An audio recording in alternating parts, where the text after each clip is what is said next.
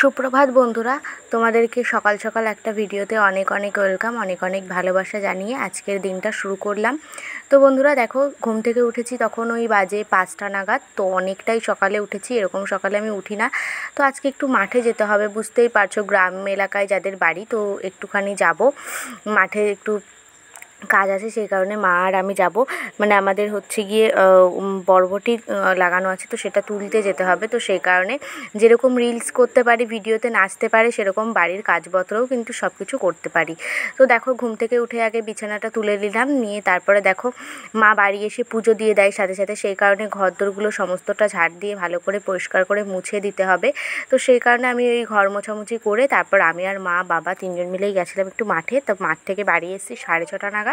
তো 6:30 নাগাদ বাড়িতে এসে দেখো এখানে একটু ওই মাঠ থেকে এসে গরমের মধ্যে, তো সেই কারণে ওই স্নান করে নিলাম। আর শ্যাম্পু করার দরকার ছিল, তো সেই কারণে শ্যাম্পুটা করব বলে সকাল করেই স্নান করে নিলাম। আর এই কদিন ধরে গরমে সকালে স্নান করে নিচ্ছি ঘুম থেকে উঠে, আবার ওইদিকে আবার বিকেলে গিয়ে করছি। তো যাই হোক, দেখো উঠে এই যে জামা কাপড়গুলো সব নেড়ে নিচ্ছে। আর দড়িটা দেখো এতটাই উঁচু, আমি ছোটোখাটো মানুষ, তো সেই কারণে দেখো ঠাঁই পাচ্ছিলাম না।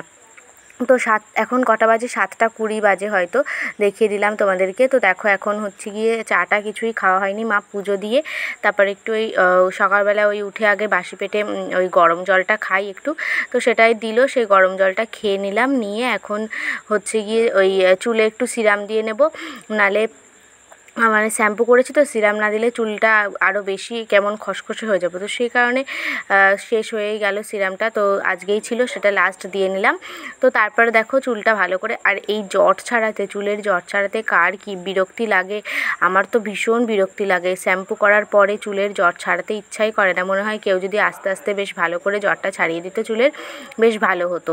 তো যাই হোক দেখো, আর তারপরে এখন মা ওই যে চা করছে, চা করে টোরে এখন ডাক দিচ্ছে। তো এখন যাব বাইরে গিয়ে চাটা খেয়ে আসবো, মানে বারান্দায় বসে এখন থাকবো। আর ঘরের ভিতরে এই যে বেরিয়ে গেলাম, আর আমরা ঢুকি না, কারণ ঘরে প্রচুর গরম। এই সকালবেলাটা একটু ঠান্ডা থাকে, তো তারপরে এত গরম যে ঘরে থাকাই যায় না।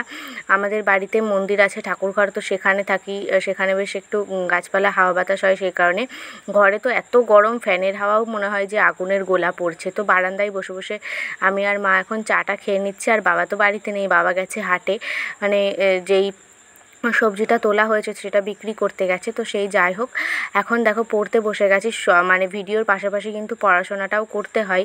তোমরা যারা ভাবো যে সারাদিন হয়তো ভিডিওই করি, তো এরকমটা কিন্তু একদমই না, ভিডিও করি প্লাস বাড়ির টুকটাক কাজকর্ম করতে হয় মায়ের সাথে সাথে, তো তারপর হচ্ছে পড়াশোনাটাও চালাতে হয়। তো সমস্তটা মিলিয়েই চলছি। তো দেখা যাক কতদূর কী এগোতে পারি, তোমাদের ভালোবাসা পেলে অবশ্যই এগোতে পারবো। তো তারপরে দেখো জামাকাপড়গুলো শুকিয়ে গেছিলো, পরা টরা হয়ে গেছে, এখন ওই 11টা মতন বাজে। তো জামাকাপড়গুলো তুলে আনলাম, আর তারপর হচ্ছে বাড়ির সামনে দিয়ে আইসক্রিম যাচ্ছিলো, আইসক্রিম বলতে এই পেপসিগুলোই যায়, তো সেটাই কিনে এনে খাওয়া হলো। তো তো তারপরে দেখো সন্ধ্যাবেলা হঠাৎ বাবা দেখছি কি বাজার থেকে আসার সময় এরকম একটা স্ট্যান্ড ফ্যান কিনে আনলো। তো যাই হোক, প্রচুর গরম, 3টে সিলিং ফ্যান রয়েছে, তাতেও হচ্ছে না, তো সেই কারণে এই ফ্যানটাই কিনে আনা হলো।